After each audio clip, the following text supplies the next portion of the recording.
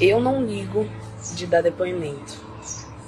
Eu não ligo de saber, porque é isso que eu quero. Eu posso ter todos os erros, mas com o Arthur, não. E eu vou até o fim. Até o fim. No sertão de Pernambuco, na pacata cidade de Tabira, um crime revoltante expôs as feridas mais profundas da negligência, da violência doméstica e da falência de redes de apoio social. No dia 16 de fevereiro de 2025, Arthur Ramos do Nascimento, de apenas 2 anos, chegou a um hospital local com ferimentos graves e possíveis sinais de tortura e abuso sexual. Pouco depois, o menino não resistiu. O caso rapidamente chocou a população local e mobilizou autoridades de todo o estado. Os principais acusados são Giselda da Silva Andrade e Antônio Lopes Severo, um casal com histórico criminal que havia ficado responsável por cuidar da criança. 2 dias após o crime, eles foram encontrados na zona rural de Carnaíba. Durante a condução até a delegacia, Antônio foi linchado até a morte por moradores revoltados. Enquanto isso, a mãe de Arthur, Giovana Ramos, passou de figura enlutada a alvo de sua investigação. Sua decisão de deixar o filho com um casal suspeito, enquanto se ausentava para trabalhar em outra cidade, levantou dúvidas sobre sua responsabilidade no desfecho trágico.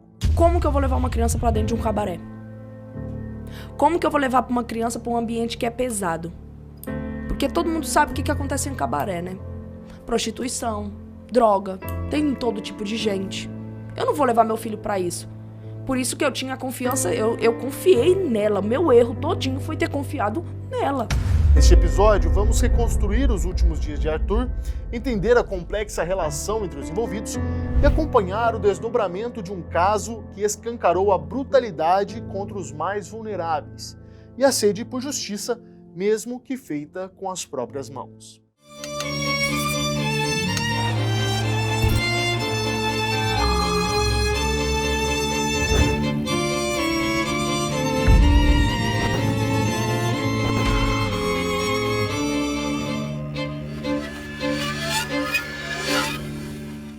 Olá, está começando mais um Investigação Criminal True Crime. Eu sou o João Lucas Batista e hoje a gente vai falar sobre um caso recente, trágico, que culminou na morte de uma criança, o Arthur Ramos do Nascimento, de apenas 2 anos de idade, que faleceu em Tabira, no estado do Pernambuco. Para a gente tratar um pouco desse tema, né, utilizar também, é claro, a experiência dos nossos convidados, principalmente esclarecendo realmente dúvidas com relação à parte mais especialista, né, com relação à morte trágica do Arthur, e a gente vai também falar um pouco sobre o casal suspeito dessa morte, enfim, todos os detalhes, o detalhe também com relação à mãe do Arthur.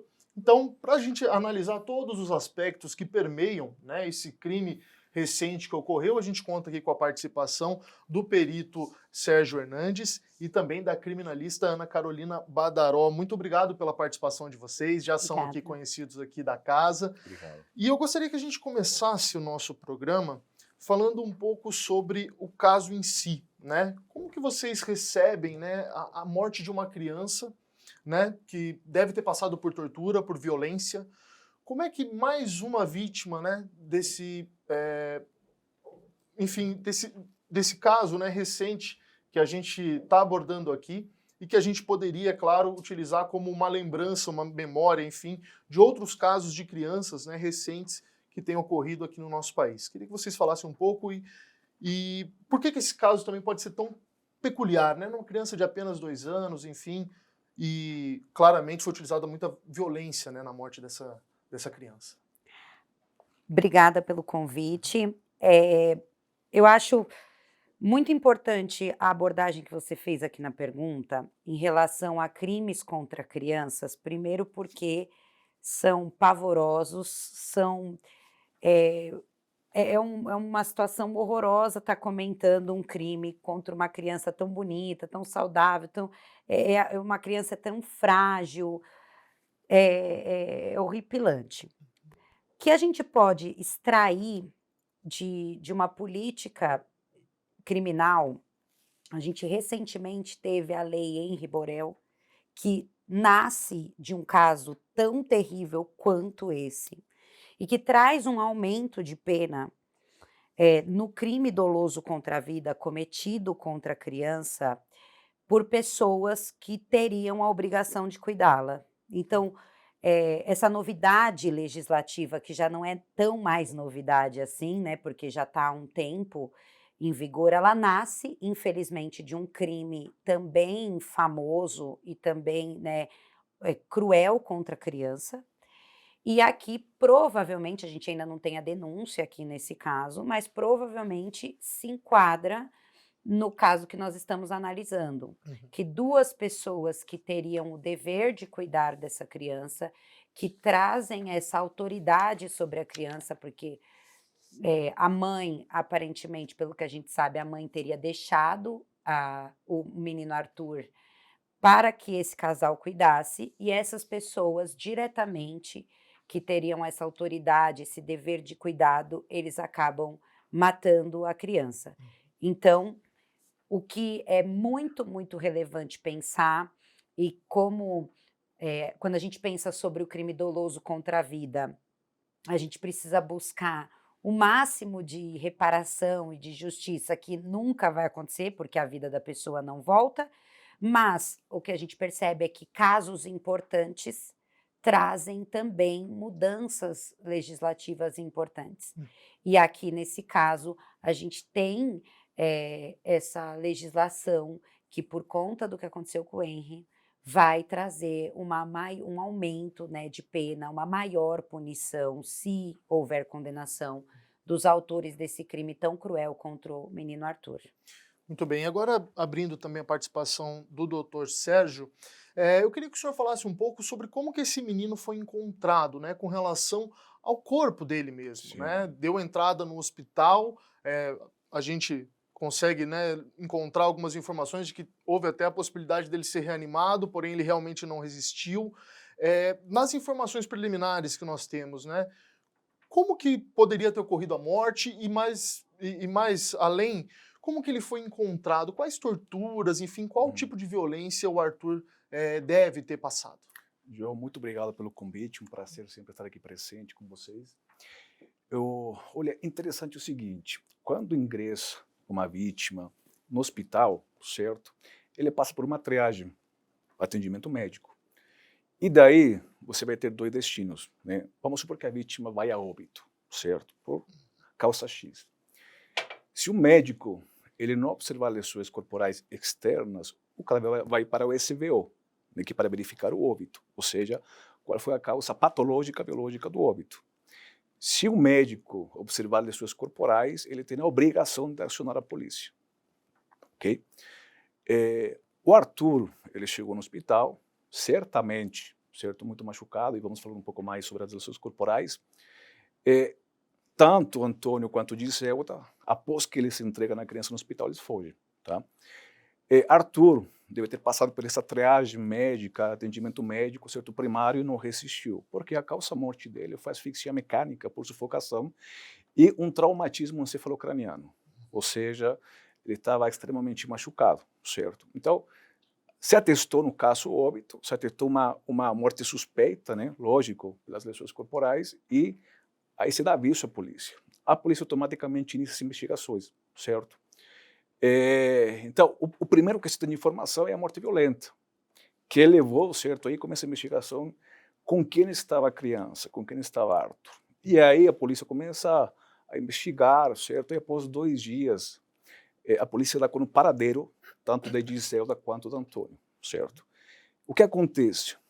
A mãe do Arthur, em dezembro, deixou a criança de 2 anos, certo, a cuidados deles, pela confiança. Ela fala que ela era amiga, no caso da Giselda, que elas até fumavam, né, entorpecente algumas vezes. Sim. E ela falava que ela foi para outro estado, né, para Paraíba, João Pessoa, para trabalhar, certo? Então ela, segundo o depoimento dela, ela não sabia de nada. Então, quando acontece esse fato, certo? Aparentemente a mãe não tinha conhecimento dos maus tratos, tá? Porém, o Ministério Público pediu investigar no caso de Ivana, ou seja, para investigar qual que seria a sua participação na morte da criança, se foi por omissão, se ela sabia dos maus tratos, por exemplo, aí ele teria uma participação, mesmo que indireta, certo, no resultado da morte. Então, Arthur ingressa no hospital. Posteriormente, ele vai para o ML e é aí que o médico legista, né, ele faz um exame externo e interno do cadáver. E aí, o médico legista atesta a causa-morte. Então, a causa-morte de Arthur foi asfixia mecânica por sufocação e um traumatismo encefalocraniano.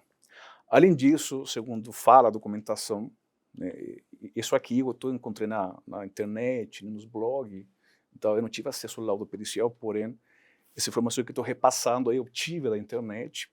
Ele teria escoriações no rosto, certo? As escoriações, elas muitas vezes são produzidas por o arranhão, certo? Quando a criança cai, escorrega, certo? São lesões superficiais, não são profundas. Hematomas, que são lesões profundas, né? Que quando você dá um soco forte, por exemplo, você além do roxo, que você deixa da equimose, você cria uma bolsa, sabe? O sangue, no caso, ele fica acumulando-se, tá? Por quê? Porque você vai atingir, no caso, vasos sanguíneos mais profundos. Então ele apresentava escoriações, hematomas, ele apresentava um hematoma, me parece que do pescoço até o tórax, né? Isso tem relação com o quê? Com a sufocação direta. Sufocação direta é o quê? Você aperta o pescoço por estrangulamento ou esganadura. Então, são as duas modalidades. Ou seja, alguém pegou o pescoço dessa criança e apertou. Quando você aperta com muita força, você vai produzir o quê? Uma hemorragia interna, né? Porque nós temos capilares em todos os lugares, tanto que quando você bate, esse roxo que fica é sangue dos capilares. Então, foi tanta força que foi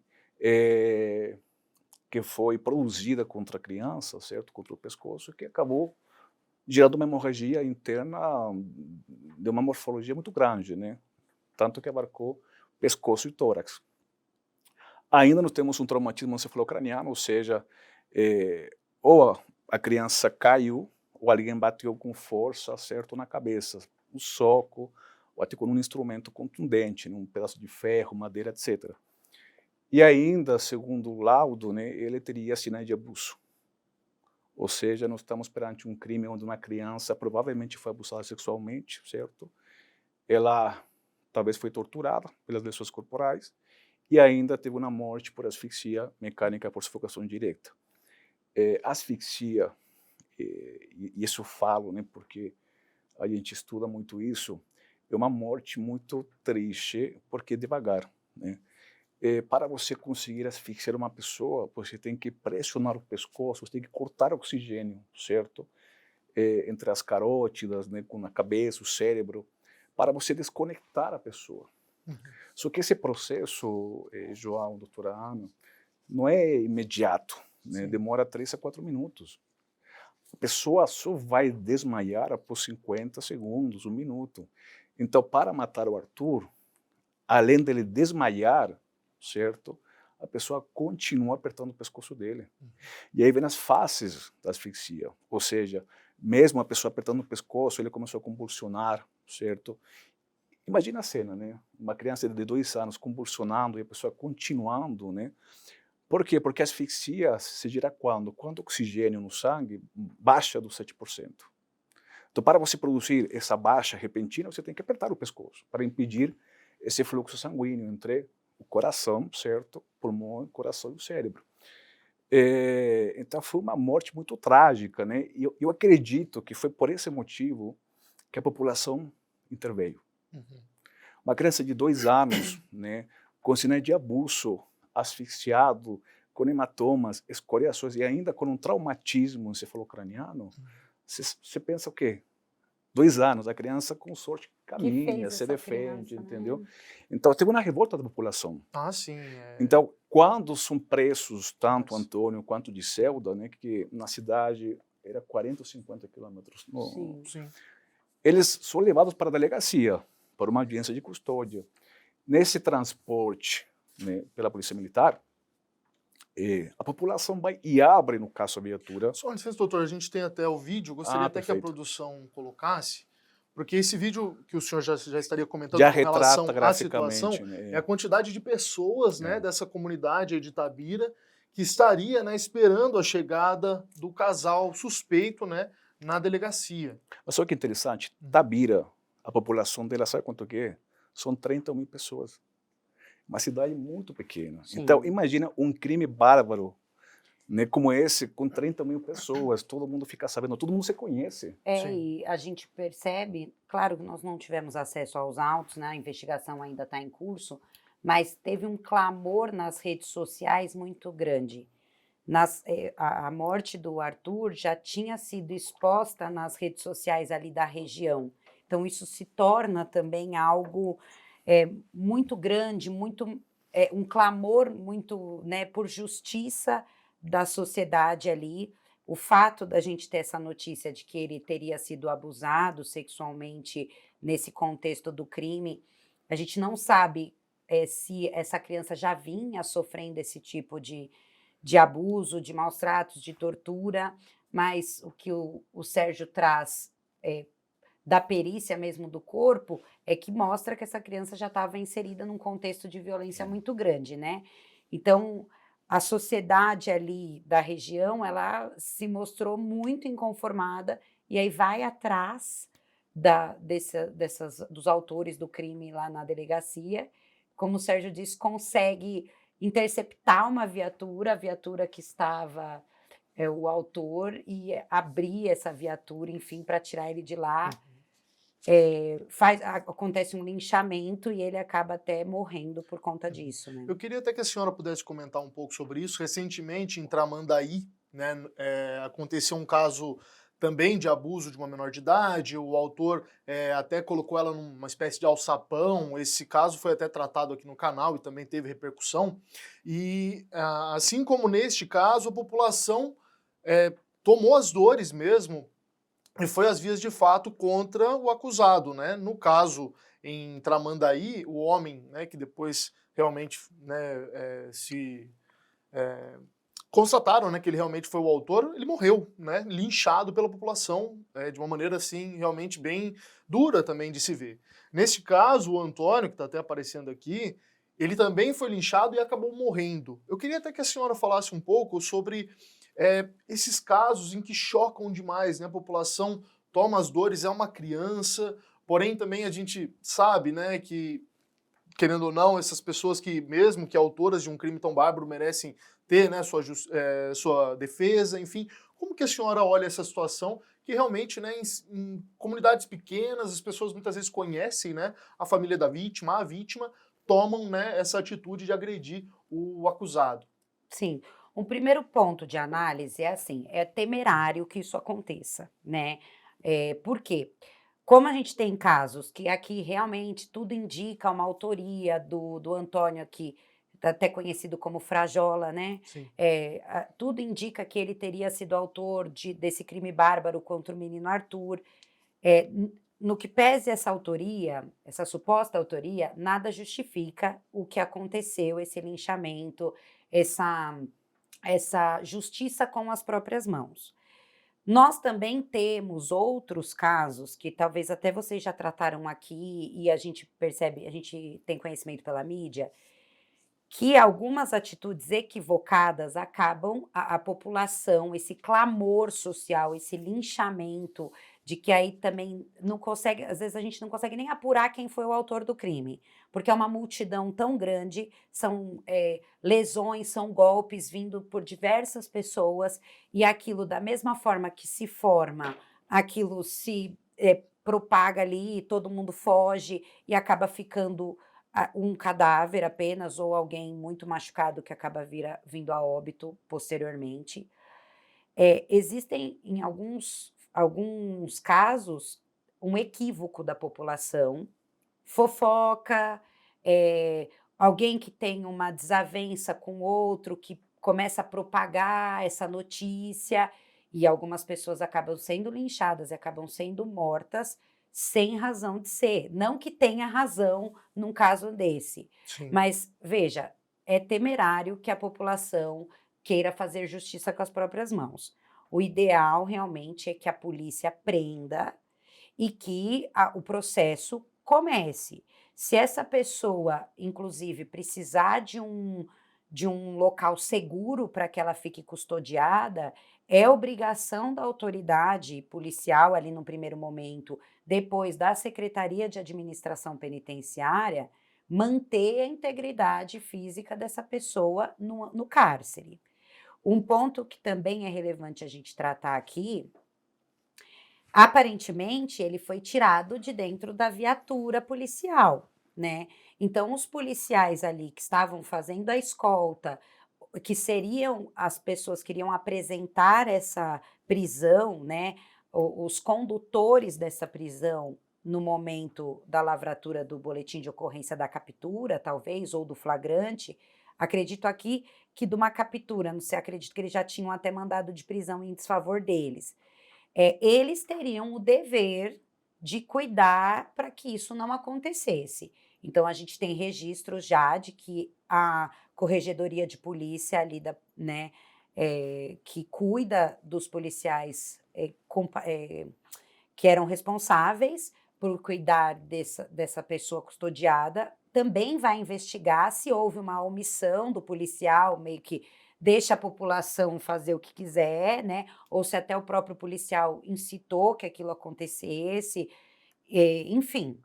A gente tem vários pontos a tratar, mas é que o ideal é que as pessoas sejam levadas a julgamento pelos meios legais. E a gente percebe que, em alguns casos, isso não acontece. E pode também haver um equívoco, que para mim é o que mais me preocupa. Ninguém pode tomar uma atitude sem apurar, porque isso pode trazer também uma consequência drástica, um novo crime que acontece. Sim, como a senhora, perdão, doutor, só como a senhora comentou, a gente consegue, né, aqui no próprio Brasil, encontrar outros exemplos em que a população estava enganada e cometeu realmente uma barbárie, né, atacando alguém que não era culpado, né, por estar envolvido com certos crimes. Então, realmente, tomar essa atitude, né, de fazer, entre aspas, justiça, né, com as próprias mãos, é realmente algo muito delicado, né? Doutor? De fato, puxando o assunto, né, nós temos um caso, a Escola Base. A Escola Base é um caso de um erro investigativo, né, e jornalístico que arruinou as vidas de duas pessoas, né. A Escola Base, os dois proprietários da escola, foram acusados de abuso sexual de crianças, porque aparentemente se tinham sinais de abuso. Só que a vida deles virou de avesso, né, eles foram acusados, torturados, ameaçados. Socialmente, a vida deles, eles eram uns monstros, né? Só que após as investigações, após muitos anos, se descobriu que, na verdade, esse sinal de abuso era na prisão de ventre das crianças, pela alimentação da escola. Ou seja, nunca houve, no caso, um abuso, né? Porém, a mídia, né, os proprietários da Escola Base abusaram crianças, a polícia, por outro lado, então, assim, temos que ser muito precavidos, né? Por isso que a lei exige o quê? E fala o seguinte, presunção de inocência. Sim. A pessoa só será culpada após a sentença. Eu vi um caso faz um tempo, até na internet, uma pessoa foi linchada, acusada de abuso sexual. A investigação, o inquérito confirmou que não foi ele quem cometeu o abuso, só que ele foi linchado pela população.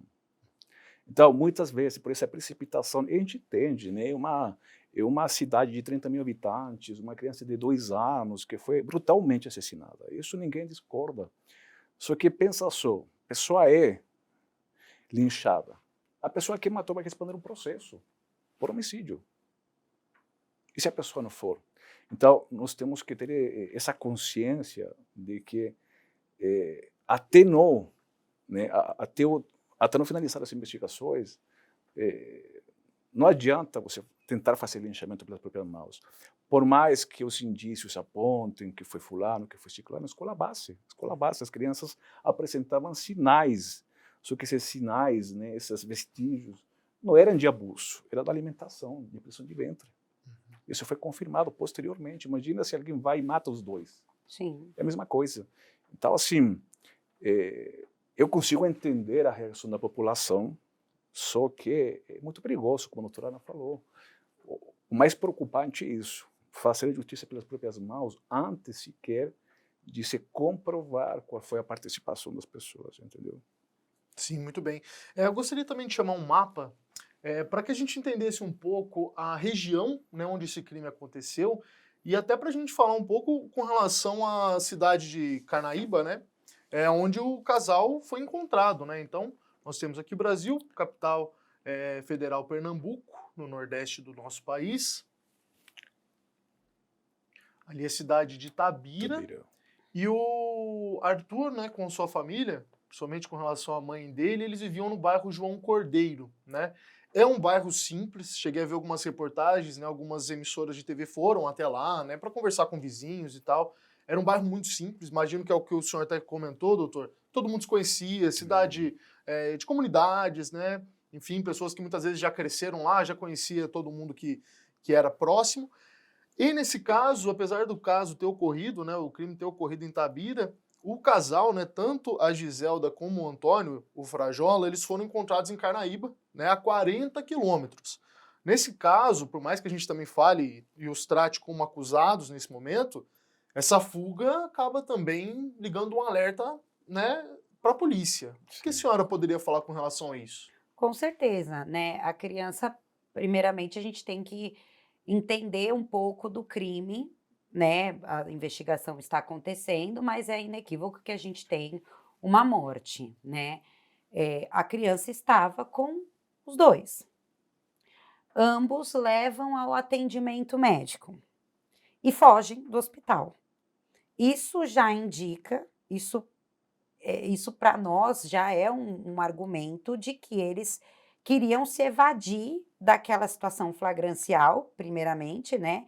Ou sabiam que tinham passado dos limites, se não sabiam que a criança estava morta, já imaginavam que algo pudesse culpá-los, né? Que eles poderiam ser punidos, penalizados por aquela atitude, porque não esperavam que a autoridade policial chegasse no local, nem nada disso. Então, o que a gente tem notícia aqui é que eles levam a criança para um atendimento médico e prontamente fogem.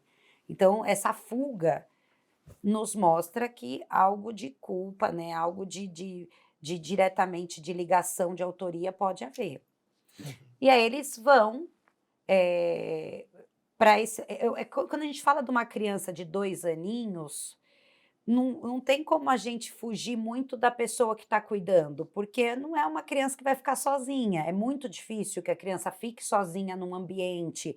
Ela estava sozinha em casa. Quando às vezes a gente vê adolescentes maiores, chegava da escola e ficava sozinho. Então, alguém pode ter entrado na casa, alguém pode ter sido autor desse crime. Aqui no caso, não. Uma criança de 2 anos, ela é totalmente dependente das pessoas que estão ali exercendo cuidado. Então, ou ele estava com ela, ou ele estava com ele, ou estava com ambos. Então, ali, em relação à autoria, eles, no primeiro momento, são os principais suspeitos. E a atitude deles se evadirem do local já traz também, corrobora essa ideia de autoria em relação a ambos, né? Isso é muito importante. Eu vou levantar aqui a teoria da conspiração. O seguinte, vamos supor o Arthur, né, criança, foi a óbito. Asfixia, vamos retrair a asfixia. Não tem asfixia.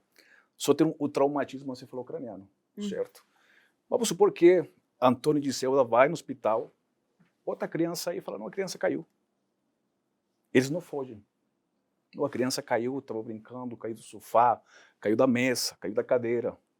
O cenário muda, porque aí, realmente, a investigação, né, se direcionaria para quê? Para verificar se essa lesão, certo, no crânio diz relação com a dinâmica relatada por eles. Só que aí, no caso, seria muito mais difícil conseguir provar se foi um acidente ou foi um homicídio, né? Porque nós temos 3 causas jurídicas que se investigam em todo crime contra a vida, por exemplo. Suicídio, homicídio ou acidente. A perícia que faz? A perícia faz uma investigação através dos vestígios e permite o descarte do suicídio, o acidente e foca para o homicídio. Só que a perícia não vai falar foi homicídio. A perícia fala o seguinte, como fala aqui o laudo cadavérico, foi asfixia e um traumatismo. Se for acidente, se for homicídio ou suicídio, a perícia não aborda essa temática jurídica, porque está impedido. Só que o fato que leva a eles fugirem, eu acredito, é a asfixia. Porque não existe, no caso, um suicídio ou acidente por sufocação direta. Como que a criança vai morrer por sufocação direta de acidente? de suicídio. Até porque se desmaia, ele acorda. Então ela vai apertar o pescoço. Qualquer pessoa, vou me suicidar, apertar o pescoço, vou desmaiar, eu vou me reanimar. Então, a sufocação direta, diferentemente do estrangulamento, perdão, do enforcamento, certo? Não consegue ser nem acidental, nem suicida. Então, como eles sabiam da asfixia, ele falou, pronto, a gente tem que fugir. Por quê? Porque vai aparecer que a gente asfixiou ele. Diferente seria se só aparecesse o traumatismo encefalocraniano. Que havia muitos casos de crianças que foram parar no hospital, foram a óbito, e os pais falavam, não, ele caiu da cadeira. Só que a criança apresentava um monte de maus tratos, fraturas anteriores, passagem por, sei lá, um monte de médicos, entendeu? Então, o histórico médico apontava o quê? Maus tratos decorrentes. Então, aqui, me parece, o que deu o pontapé para a fuga foi isso, que eles sabiam que eles se excederam na asfixia. Sim, e também quando a gente vai pensar numa investigação e num processo criminal, nós vamos ter outras fontes de prova, né? Nós vamos ter testemunhas que vão ser levadas, talvez se frequentava creche, uma criança, as professoras, relatos, assistente social, conselho tutelar. Muitas pessoas podem ser ouvidas e indicar que essa criança já estava sendo exposta a uma dinâmica de violência. Então, como o Sérgio está trazendo, se a gente tivesse uma questão pontual, e é uma questão também, novamente, né, Sérgio, de comportamento no pós-crime.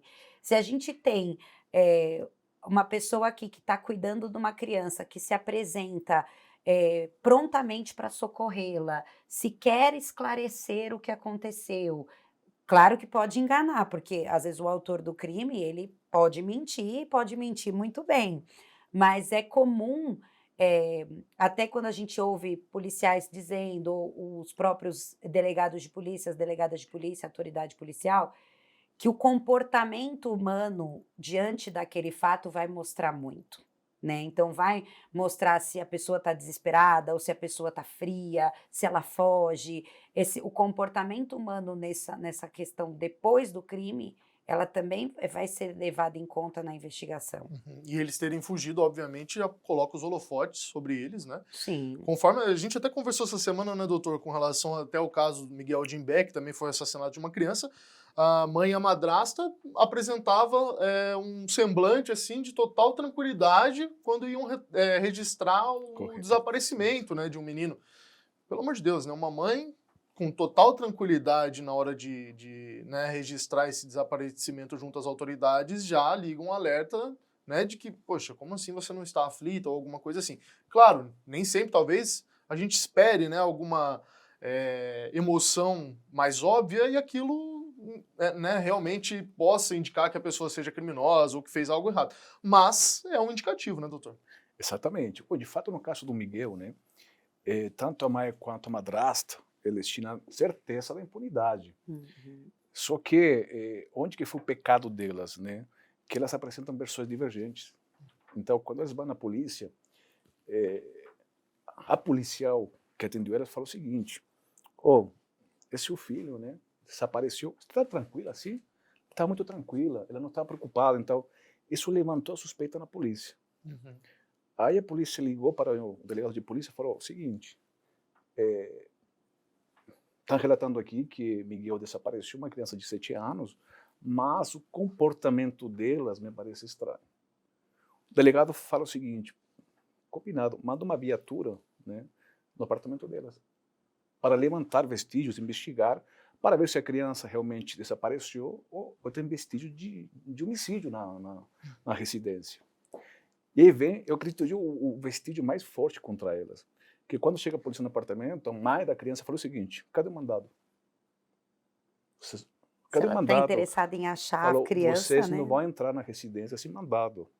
Pronto. E aí o delegado já começou a criar, certo, esse ambiente de desconfiança. E aí a polícia, lógico, né, com seus conhecimentos, procedimentos, afasta as duas e começa a colher os depoimentos por separado. E aí acabou, certo, a Bruna acabou confessando o crime, como aconteceu, como que levaram a criança Miguel para o Rio, né, colocaram na mala. Então, assim, são dois casos totalmente diferentes, né? Sim, sim. São comportamentos diferentes. Um casal fugiu e outro ficou na cena, né? Só que, assim, ambos os casos são casos repentinos, né? São desorganizados.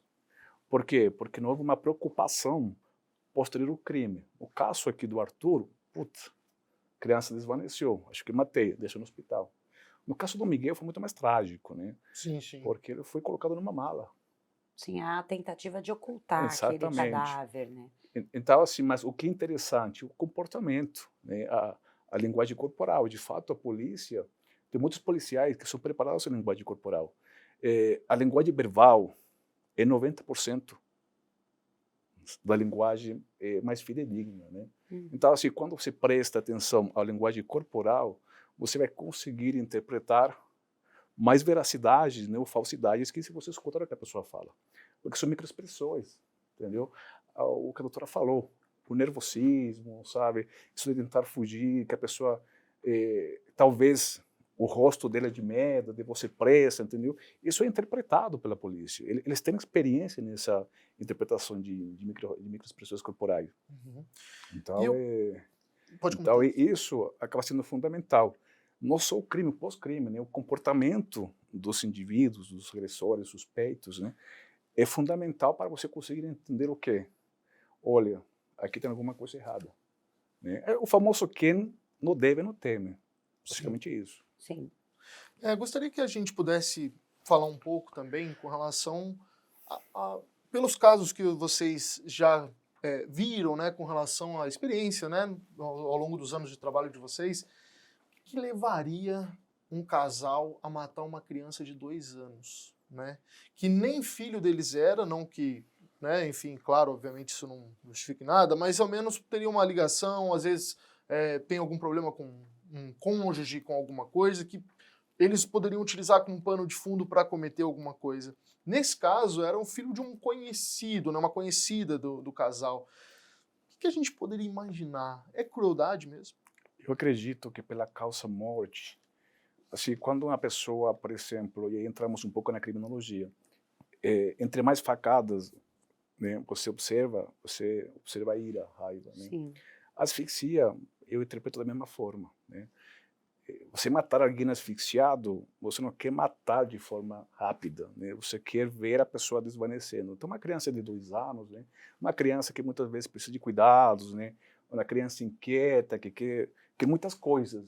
Então, talvez, né? Foi por criança encher saco, entendeu? E aí, maus tratos, não é meu filho, então eu vou batendo, tô nem aí, entendeu? Então, Sim. você tira um cuidado, uma empatia de pais. E chegou um ponto que talvez o estresse que foi e matou, entendeu? Mas assim, excita uma raiva, talvez eu vejo, né, acumular até pelo traumatismo, pelos hematomas, mas pela sufocação, pela asfixia.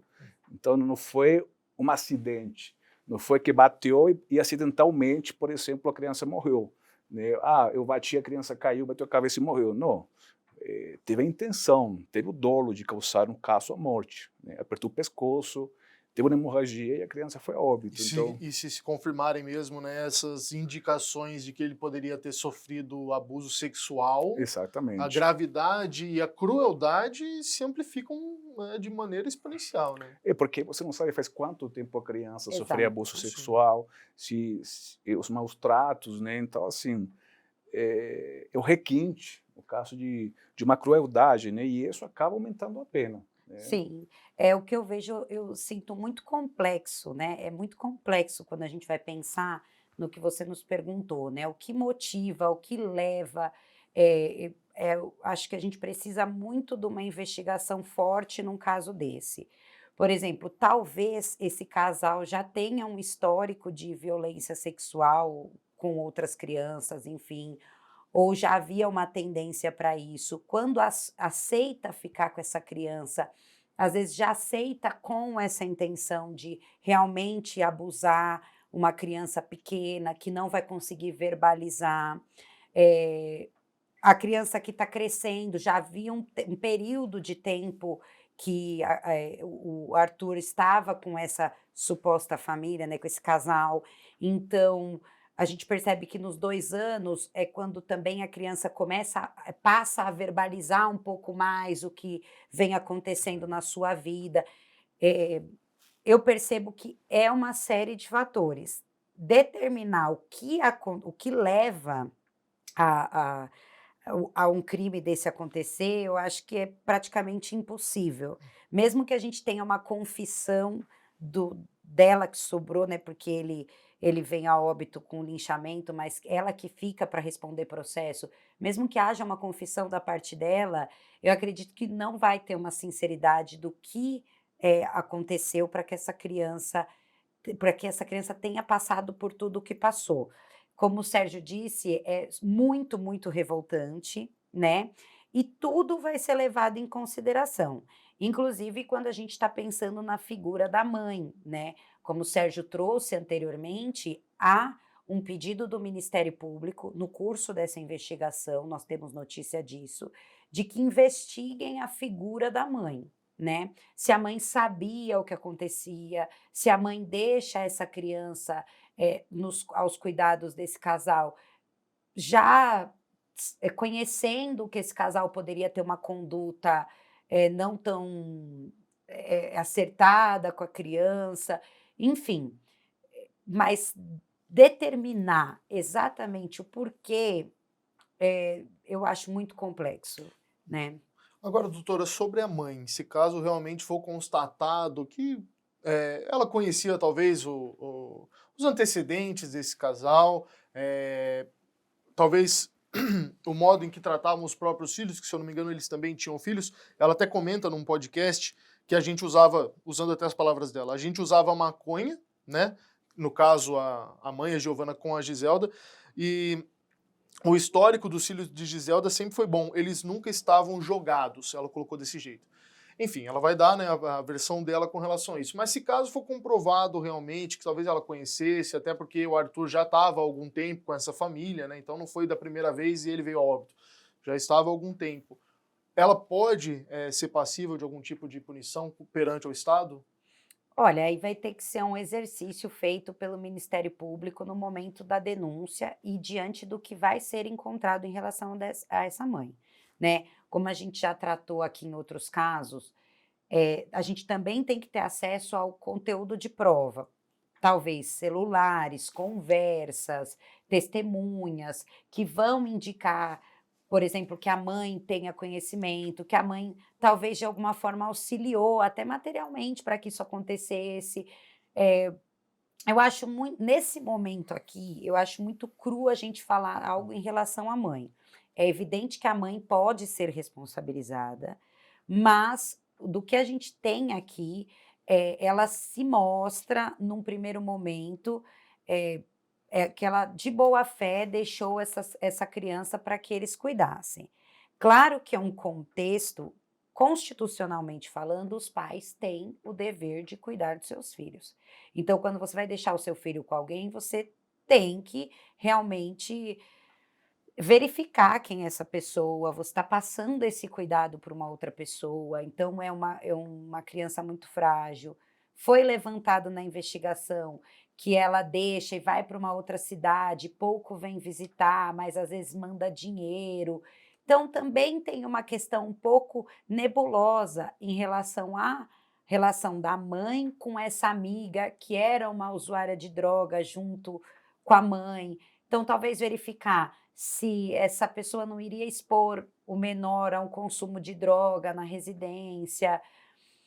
Talvez a omissão da mãe pode ser responsabilizada. Assim, o Sérgio trouxe um ponto importante quando a gente fala sobre homicídio, que também se a gente não tem um homicídio doloso em relação à criança, a gente pode ter um homicídio culposo, né?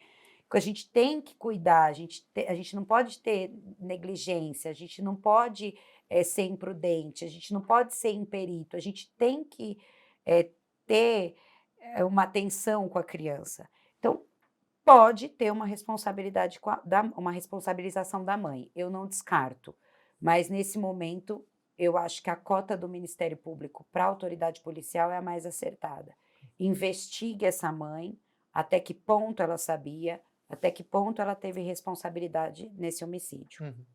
A própria Giselda, né, vai ser fundamental com relação a isso, né, porque pode dar a versão dela, né, com relação ao contato com a mãe, com a mãe do Arthur, a Giovana, se eram amigas há quanto tempo, se frequentavam a casa uma da outra e por aí vai, né? É um ponto que nós também vimos que, aparentemente, porque as informações são muito ainda fontes de redes sociais, fontes de blog, fontes de.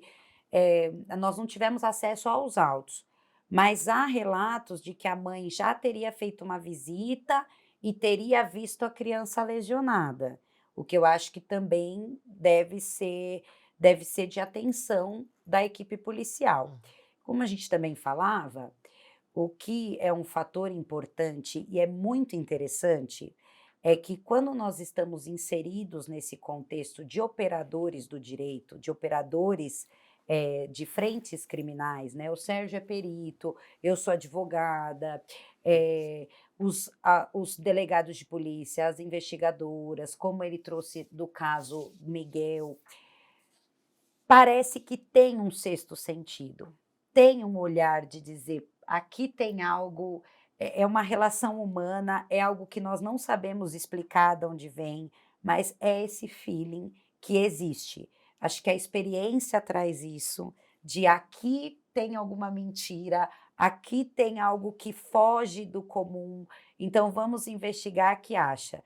Os promotores têm isso, os juízes têm isso, eu costumo dizer isso no escritório. Existe um feeling por trás do cometimento do crime que ninguém sabe explicar, mas parece que a verdade aparece. Gostaria até que o doutor complementasse com relação a isso. Pericialmente, todo contato deixa uma marca. Então, Sim. assim, tanto comportamental, que faz parte da criminologia, quanto materialmente, né?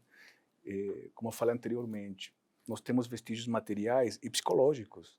No psicológicos, é o comportamento não só da vítima, também dos agressores.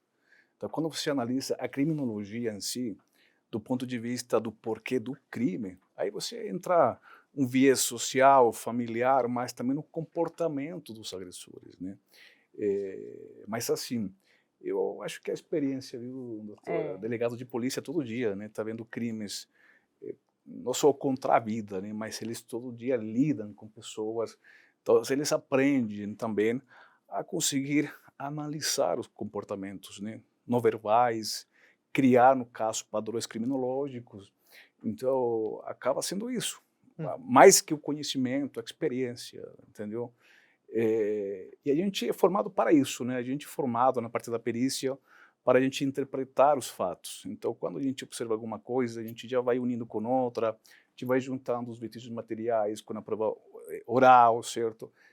Não está encaixando isso aqui, o que a pessoa falou não encaixa com os vestígios, certo? Então, a gente vai levantando essas dúvidas de forma rápida, né? A gente vai criando uma teoria do caso. Se bem é certo, a perícia proíbe, né? A criminalística em si proíbe você ter ideias preconcebidas nos casos, né? O delegado tem que ser muito rápido, muito eficaz, muito eficiente, porque ele tem que ser tão rápido de raciocínio, de conseguir interpretar e já pensar na frente. Vou pedir essa perícia aqui, pedir diligências. Por quê? Porque ele precisa investigar. Ele é autoridade policial. Então, assim, e é um trabalho difícil, né? As polícias hoje estão muito sucatadas, né? A gente está falando isso com a doutora Ana. Muitos deles trabalham sem recursos, né? Viaturas muitas vezes se desmontando, a perícia em si também, né? A perícia muitas vezes não tem os equipamentos, os instrumentos, então assim, são profissionais realmente que se forjam no dia a dia, na experiência e estão de parabéns. Pois é, a gente vai seguir acompanhando, né, esse caso. A Giselda, né, que no caso está até aqui na foto, ela está, né, à disposição da justiça, então a gente vai seguir acompanhando esse caso, né, com o desenrolar das investigações, para a gente entender se a investigação, né, segue com aquilo que a gente está conversando, se a polícia vai descobrir, né, detalhes novos, com relação também à casa do casal, em que condições, né, que o Arthur esteve presente, quanto tempo que ficou ali com o casal, neste momento, né, recente em que ele faleceu. Mas a gente espera também que haja justiça, né, realmente uma criança muito pequena que, obviamente, foi assassinada de um modo muito cruel e sem motivo aparente, sem nada que pudesse comprovar tamanha barbaridade. Mas, de modo geral, gostaria de agradecer, doutor Sérgio, a sua participação para a gente conversar um pouco sobre esse caso. É sempre bom tê-lo aqui conosco. Se o senhor tiver também algumas considerações finais, pode fazer. Acho que já falei quase tudo, né? Assim, o que me chama a atenção, né? Muitos casos de crianças, muitas mortes de criança, muitos pais, muitas vezes, não tendo cuidado devido com as crianças, né? E não só os pais, né? As instituições, certo? Nós temos o caso Bernardo, por exemplo, que é um caso que eu consegui atuar faz muitos anos, né? É uma criança que ele pediu ajuda, né? Ele pediu, o judiciário, ele foi pedir ajuda. Só que não, você está na guarda do seu pai, entendeu? Então, eu acredito que nós precisamos ainda fortalecer isso. Não adianta investigar bem, você tem que prevenir. A investigação policial, o processo, é uma reação de um fato. Nós precisamos prevenir, né, ou tentar prevenir, pelo menos, esse tipo de situações, tá? Então, eu fico abismado que toda semana é criança morta, e criança morta de forma assim, muito cruel, né? Asfixia uma criança de 2 anos, né? Você falou assim, mas o que ele poderia ter feito? Fala para mim, uma criança de 2 anos vai fazer o quê? Não tem como, né? Vai fazer o quê? Vai te machucar, vai te ameaçar? Uhum. Então, assim, é isso. Tomara que a gente possa mudar na prevenção desse tipo de crimes. Com certeza. Muito obrigado, doutor, pela sua participação. Como sempre, em muitas das nossas produções, a gente sempre tem contado com a sua experiência, expertise e seu talento, né, naquilo que o senhor faz como um perito criminal. Obrigado. Doutora Ana, muito obrigado também pela sua participação. A senhora também já esteve presente em outros True Crimes, né, algum apresentado pela Carla. Eu lembro que estive presente aqui no estúdio, acompanhei também. Brilhantes falas, brilhantes observações. Muito obrigado pela sua participação. Se a senhora também puder nos deixar algumas considerações finais com relação a esse caso, fique à vontade. Eu que agradeço mais uma vez o convite. Como o Sérgio disse aqui, é uma covardia enorme, né? É uma brutalidade muito grande quando a gente vê um crime cometido contra uma criança, porque a criança ela não consegue se defender, né? Todo crime cometido contra um incapaz, ele vai trazer essa revolta muito grande, porque são pessoas que não vão conseguir se defender daquela atitude violenta ali no ato criminoso. Antes da gente concluir, quando você falava acerca da investigação, um ponto importante que eu considero aqui é também o estudo dos filhos desse casal, né? Que as crianças elas podem ser ouvidas com uma escuta especializada e essas crianças talvez até estavam no momento do crime, né? Nós não sabemos se a investigação caminha por esse sentido, mas nada me veio essa ideia de que também essas crianças podem mostrar muito do que era esse contexto familiar, esse contexto social. E como o Sérgio disse, realmente nós que somos pais, né, precisamos pensar no contexto social que os nossos filhos estão inseridos, né, que as nossas crianças estão inseridas. Não é incomum que eu atue em casos envolvendo crianças, assim como o Sérgio, né, e às vezes fazendo assistência à acusação, então a gente percebe realmente que tem dolo, tem ardil, tem covardia em agir contra uma criança, porque é uma presa fácil, porque é uma vítima que não vai ter tanta reação. Então, por isso que eu digo que nós temos que realmente ter uma atenção muito grande com as nossas crianças. É isso, obrigada, viu? Muito bem, obrigado a vocês dois. E a gente, como eu tinha falado antes de caminhar para o encerramento, a gente vai seguir, né, como canal, né, voltado à investigação criminal, continuar, né, acompanhando esse caso, ficar de olho para que esperamos, né, claro, que esse caso tenha um desfecho digno, justo, que se faça justiça, né, com relação à memória do Arthur. A morte de Arthur Ramos do Nascimento foi mais do que um caso de violência extrema contra uma criança. Foi um reflexo de um ciclo de abandono, pobreza e escolhas trágicas que culminaram em um fim brutal. Giselda permanece presa, enquanto a Polícia Civil tenta entender o que motivou tamanha crueldade. Antônio Lopes Severo não enfrentará a justiça dos tribunais. Sua sentença foi imposta pela fúria da população. Giovana, a mãe, vive agora entre a dor da perda e o peso de responsabilidade. Investigada pelo Ministério Público, ela tenta provar que foi vítima das circunstâncias enquanto carrega a culpa que não a deixará esquecer. A cada nova diligência, o caso de Arthur nos obriga a refletir. Quantos outros gritos de socorro passam despercebidos? Quantas outras infâncias são interrompidas sem que saibamos? O sertão de Pernambuco jamais esquecerá o nome de Arthur, e enquanto houver dúvidas, o IC True Crime seguirá investigando. Aqui encerramos mais uma edição do Investigação Criminal True Crime. Eu agradeço a participação dos nossos convidados, o perito forense Dr. Sérgio Hernandes e a advogada criminalista doutora Ana Carolina Badaró. Vamos deixar aqui as redes sociais dos nossos convidados e, por favor, não deixem de curtir e tirar suas dúvidas por lá. Além disso, convidamos vocês a nos seguirem em nossas redes sociais e enviarem suas dúvidas, sugestões e, claro, também os comentários. Você que é membro e quer entrar no Close Friends do Instagram e nos demais grupos privados exclusivos para membros, envie um e-mail manifestando o seu interesse para investigação@medialand.com.br através do seu e-mail cadastrado no YouTube. Você também pode entrar em contato com a nossa produção pelo e-mail ic@medialand.com.br. Nós ficaremos muito felizes em ouvi-los. Gostaríamos também de lembrá-los sobre o nosso canal de denúncias, que está disponível para todos. Sempre que possível, faremos o máximo para ajudar.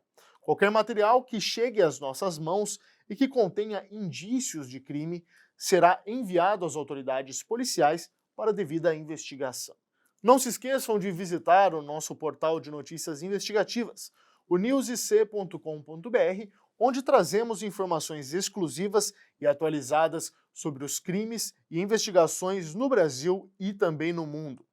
Também queremos destacar as imagens de foragidos da Interpol. Se você souber algo sobre o paradeiro dessas pessoas, envie as informações diretamente para o canal de denúncia da Interpol, lembrando que isso pode ser feito de forma anônima e segura. Agradecemos a sua companhia neste episódio e esperamos você no próximo.